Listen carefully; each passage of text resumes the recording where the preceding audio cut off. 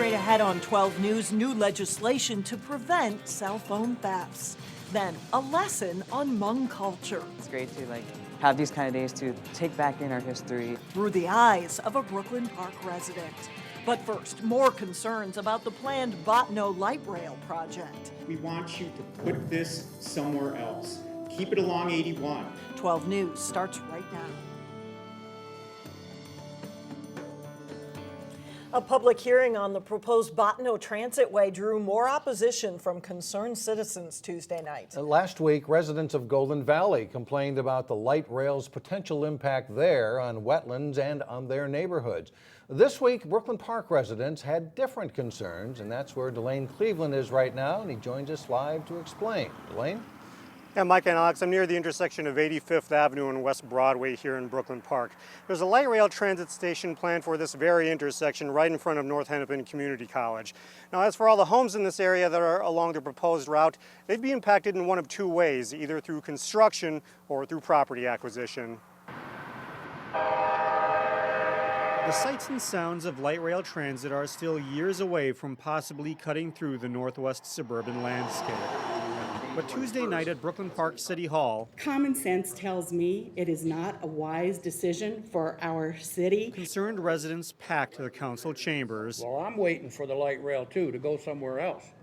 To express one concern. We want you to put this somewhere else. Keep it along 81. After another. After crossing 71st Avenue, the blue line will transition. The current design shows the light rail transitioning from County Road 81 to West Broadway Avenue. It would then go north on West Broadway, past North Hennepin Community College, and end near the Target campus. The current plan for Broadway will dislodge 30 to 50 families out of a 1-mile corridor of this road. It's a plan that drew the ire of those who would be impacted. There's no reason to do that, especially when there's an alternative ways that they can take the light rail and achieve the same purpose. I'm not against transit, I'm not against light rail. I just want to save people's homes. Whether the people opposed to the plan achieve that goal remains to be seen. But there was at least one person at Tuesday's meeting who was ready to see the project go full steam ahead. You can't stop progress. Yeah, you can change it, you can alter it, but I do believe it's one of the best things that could possibly happen for Brooklyn Park.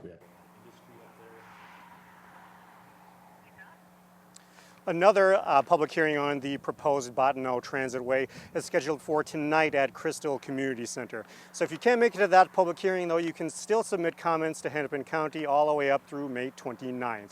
Reporting live in Brooklyn Park, Delane Cleveland, 12 News. All right, Delane, thank you very much. Starting next year, all new cell phones sold in Minnesota will have an anti-theft function or kill switch to shut off a device remotely. Governor Dayton signed the legislation into law Wednesday, making Minnesota the first state in the country to have the kill switch on smartphones. Cell phone thefts are a growing problem, costing consumers an estimated $30 billion last year. Plymouth police deal with the problem weekly. Police Chief Mike Goldstein believes having the ability to disable a phone remotely will help reduce thefts, but it's not a cure-all. Until the kill switch is a universally accepted sort of phenomenon and it's in all the phones, you got to be smart about how you're using your phone, because while we haven't had this in Plymouth, it certainly has occurred in other parts of the country or the state where people are walking down the street talking on their phone and somebody grabs it out of their hand. And that can be a bit traumatic, and so you got to be vigilant about your surroundings. The Minnesota law will go into effect July 1st of 2015. Senator Amy Klobuchar has also introduced similar legislation on the federal level. A Plymouth attorney is accused of bilking a Mexican construction company for a fake real estate project in Libya. A federal grand jury indicted Timothy Oliver with 6 counts of wire fraud. According to the indictment, Oliver pressured a Mexican construction company into sending $500,000 to a company he controlled. He allegedly spent nearly all the money within 8 weeks of receiving it. Oliver is part of the law firm Oliver & Johnson in St. Louis Park. The head of Robbinsdale-based North Memorial Healthcare has announced plans to retire. CEO Larry Taylor plans to step down next year. Taylor took over in 2010 after serving as board chairman since 1997. The board of directors is currently searching for a replacement. Construction is now underway on a new senior living campus in Maple Grove. The Silver Creek on Main project calls for a $29 million luxury apartment facility on the southeast corner of Weaver Lake Road and Main Street. Amenities would include a hydrotherapy pool, full-service dining, and a theater. Maple Grove city officials say there's a demand for senior housing in the city. Another senior living campus sits just a couple of blocks away. It is Hmong American Day in Minnesota. It's a day to remember the Hmong people's heroic sacrifices and contributions made to our state. Reporter Sonia Goins has more. My fellow Americans, today we gather here in front of our Capitol, not by accident, but by our bondage to liberty and justice. The Capitol Mall was filled with the sights and sounds of Hmong history. All of us carry our family's hope and dream of a better life in Minnesota. 39 years ago, Hmong people began leaving Laos after helping the United States during the Vietnam War. The Twin Cities has one of the largest Hmong populations in the country. We're very grateful to all of you for the important contributions you and your countrymen and women have made to our state and to our nation. It's great to have these kind of days to take back in our history and know what happened and why we're here today. Cody Lee is from Brooklyn Park. He's also a popular Hmong singer. He says it's sometimes hard growing up in America. There's a language barrier since we're we're more westernized, and then our parents are more of the back old days kind of strict.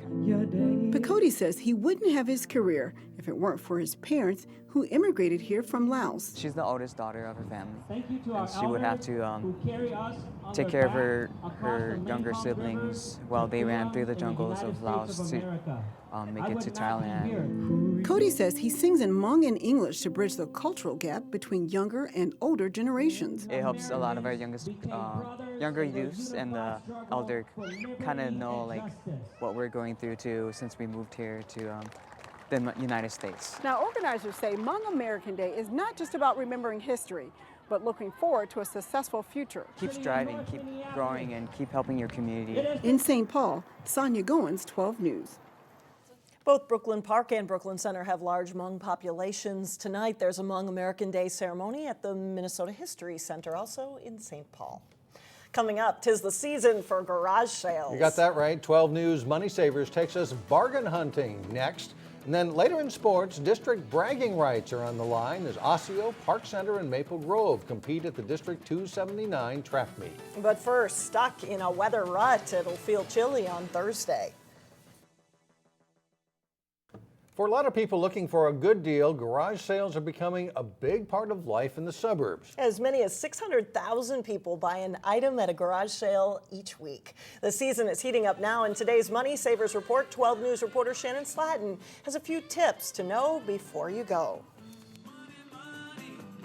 One man's trash could be a garage sale shopper's treasure. I finally decided I need to get my house decorated on a low budget, so garage sales became my best friend. Garage sale expert Sunday Berquist knows how to spot a great find. Viking chair, $3.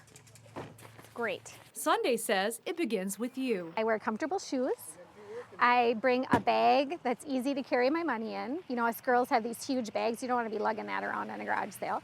I bring a vehicle that's big enough to fit what I'm looking for. So if I'm looking for furniture, I need to bring a bigger car. Then know what you're looking for.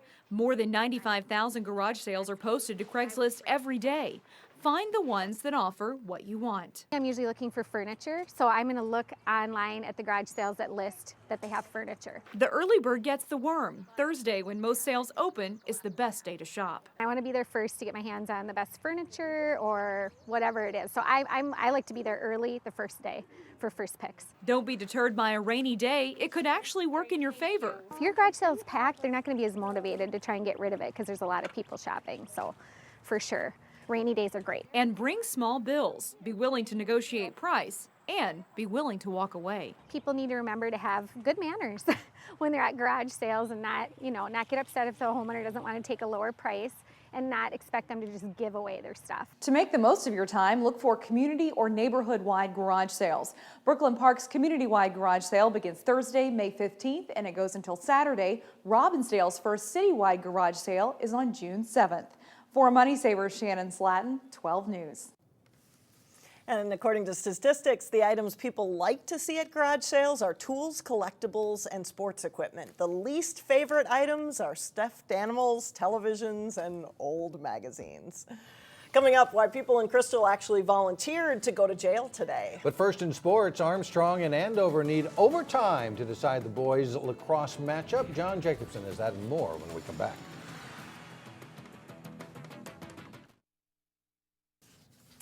We start with a track meet with a lot of pride on the line. Yeah, when you go against the kids you maybe gone to school with, grew up with in elementary school, now you get to run against them in high school. It's kind of fun. Their upcoming conference and section meets are more important in the overall scheme of things, but there's nothing like battling for bragging rights within your district rivals. Osseo, Park Center, and Maple Grove met up at the District 279 track and field meet Tuesday. Highlights starting with the boys' 100 meters in orange and black in the middle. Osseo's Gabriel Galamou holds off Park Center's Adam Burrs to win in 11.3 seconds. Boys long jump, Emmanuel Thompson of Park Center is in the 18-foot range here, but his best of 20 feet, 1/2 inch, wins it. Girls 1,600 meters. Maddie Hvidston of Osseo holds off Lexi Miller of Maple Grove for the win. Boys 1,600, ignore those lap runners, it's Jess Allian of Maple Grove on the left, edging Mitchell Kramer of Osseo for first place. To the girls' 4x100 relay, it's Maple Grove and anchor Shelby Hanberg in the inside lane, racing to the win. Their time, 53.9 seconds. The boys' 4x100 title goes to Park Center. Burge anchors the win for the Pirates. Their time, 43.4 seconds, with Osseo second. Faye Iobamadeli of Park Center holds off Lauren Scheidler of Maple Grove in the girls' 400 here. Prince Crew of Osseo in the middle of two Maple Grove guys. He races to the win in the boys' 400 meters. And finally, the boys' pole vault goes to D'Angelo Wallman of Park Center. He clears 11 feet here and later goes 11.6 to win. Here are the results. Host Osseo wins the boys' meet with 74 points, followed by Park Center and Maple Grove. Maple Grove takes the girls' title with Park Center second and third. All three schools will compete at the Northwest Suburban Conference meet next Tuesday and Thursday at Coon Rapids. At the Lake Conference Championships at Eden Prairie, the Wayzata boys roll to the win ahead of runner-up Eden Prairie. Hopkins is third with Edina fourth and Minnetonka fifth. Minnetonka takes the top spot in the girls' meet with Wayzata second, then it's Eden Prairie, Hopkins, and Edina. The Armstrong boys lacrosse team has had a number of close losses in recent games. The Falcons were trying to avoid a similar fate when they hosted the Andover Huskies. Second quarter, Jordan Maximek fires the low shot in for Armstrong, and that breaks a 4-4 tie. Jonah Borwick lasers a long shot for the Falcons, and they are up 6-5 at halftime. Third quarter, nice ball movement by Armstrong before Micah Ness buries the low shot here for a goal. And then Borwick slips the defender and scores again. And this goal gives him 100 career points. It's 9-9 in the fourth quarter when Lucas Jackson's high shot finds the net through traffic and the Huskies take the lead. But Ness answers for Armstrong. Great shot with the defender right on him, and it's 10-10 after regulation. Andover gets control of the opening faceoff in overtime. And Adam Whitchap makes a run at the Armstrong goal and scores the game winner just 11 seconds into overtime. 11-10, Andover is the final. Section boys tennis play gets underway this week across the state. A couple of teams who were part of the Class AA state tournament a year ago could get back this year again this spring. Maple Grove's been in the top 5 in Class AA all year. They're the top seed in Section 5. They were third at state a year ago. Wayzata is the number 2 seed in Section 6AA. The Trojans have just 2 losses this season and hope to have the depth to make another long run in the section and the state tournaments. Here's a look at the seedings for team play in 5AA. Behind Maple Grove, Mounds View is the number 2 seed. Centennial is seeded 3rd with Blaine 4th. Among the other local schools, Champlin Park is the number 7 seed. Osseo is 8th, Rogers 9th with Park Center 11th. Section final is next Tuesday at Park Center High School. In Section 6AA, Hopkins, a 4-3 win over Wayzata last week, got the Royals the top seed in this section. Wayzata is seeded 2nd. Benilde St. Margaret's is 6th with Armstrong 7th and Cooper 12th. section final there is next Thursday at the Baseline Tennis Center in Minneapolis. And Breck is the top seed in Section 5A. Providence, Heritage, and Brooklyn Center are seeded 4th, 5th, and 6th in that section. Play begins there on Thursday afternoon. Here and we that's go. a look at sports. Here we go into the playoffs already. Yeah. Thanks a lot, John. Still had people in Crystal handcuffed and thrown in jail for all sorts of bogus reasons. We'll figure out why so many people are getting locked up for a good cause when we come back. Being arrested and thrown in jail, of course, is something that you would usually want to avoid. But as Carissa Wyant reports, a few folks in our area actually volunteered to be locked up in Crystal this afternoon. Order in the court! Order in the court! The Crystal Crime Prevention Board called court to order today. Anything you say can, and I assure you, will be used against you during this bail proceeding. With Judge Pat Bedell presiding. Do you understand each of these rights, how I've explained them to you? Volunteer jailbirds like former Superintendent of Parks Chuck Tospenson. I don't know what I'm getting charged with this time, but I hope I got a checkbook big enough to pay for the charges. Are getting charged. You have been arrested for the charge of loitering in the city of Crystal. Cuffed, fingerprinted, and put in jail as part of an effort to raise funds for public safety. I demand to know what's going on here. In some cases, police provide an escort from home or work to the jail for these criminals. I've been doing this now since we started the Crime Prevention Board. When they have a squad car pull up to your house and pick you up at the house, I'd done that for a couple of years. People's wondering what the heck's going on. Offenders are charged with phony and sometimes humorous offenses. You've been under arrest for the charge of fan of being bad 80s music. These charges are bogus. No. And then they have to pay a bail to get out. So, and they might have raised the money before they got here, or they might just pay their bail to get out, bribe the judge a little bit, you know. Past projects the board has raised funds for include the police department's newest officer, Rocco the Canine, who was sworn in last June.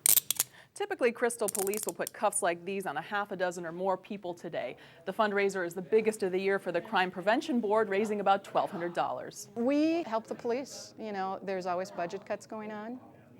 So we are helping to keep the community safe. It's quite an experience. Reporting in Crystal, Carissa Wyant, 12 News.